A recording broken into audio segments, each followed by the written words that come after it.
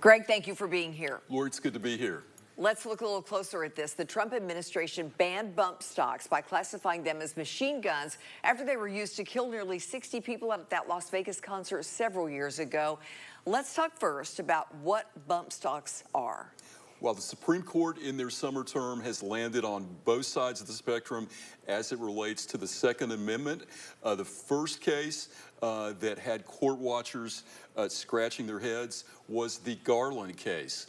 In there, the Supreme Court struck down the ban on bump stocks that had been imposed by the Trump administration after the horrific shooting in the concert at Las Vegas.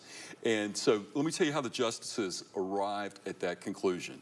A 6-3 opinion, Justice Thomas authored the opinion for the majority, and instead of talking about the intent of the framers and going down that historic pathway that the court did in the Bruin decision, it was a very technical opinion, talking about the mechanics of firearms, how they work. And let me stop you right there, because it's not a gun, it's a spring. The bump stock is something that you modify a weapon, and it makes it shoot faster, quicker. And what Clarence Thomas focused in on, almost very engineering and technocratic, was that even though it enabled the weapon to fire much more rapidly, it was still not automatic. Therefore, he felt the ban was unlawful, unconstitutional, and it was stricken. And he was sticking right by that line by line. And then you have the fact that the vote wasn't unanimous.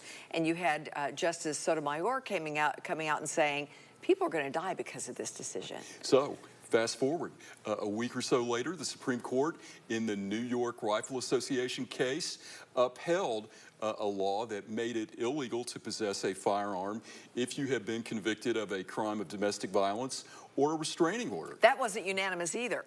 It wasn't. So that was an 8-1 decision. So you had a supermajority saying that you forfeit the right under the Second Amendment to possess a firearm if you've committed a domestic act of violence. The lone dissenter, Clarence Thomas, the person that authored the Garland decision. So I think, court watchers are pretty confident. It looks like that Clarence Thomas is going to be the leading advocate when it comes to protecting and interpreting the Second Amendment. But very interesting, the Supreme Court, within a matter of days, came out on very different ends of the spectrum as it relates to the Second Amendment. All right, Greg, thank you so much.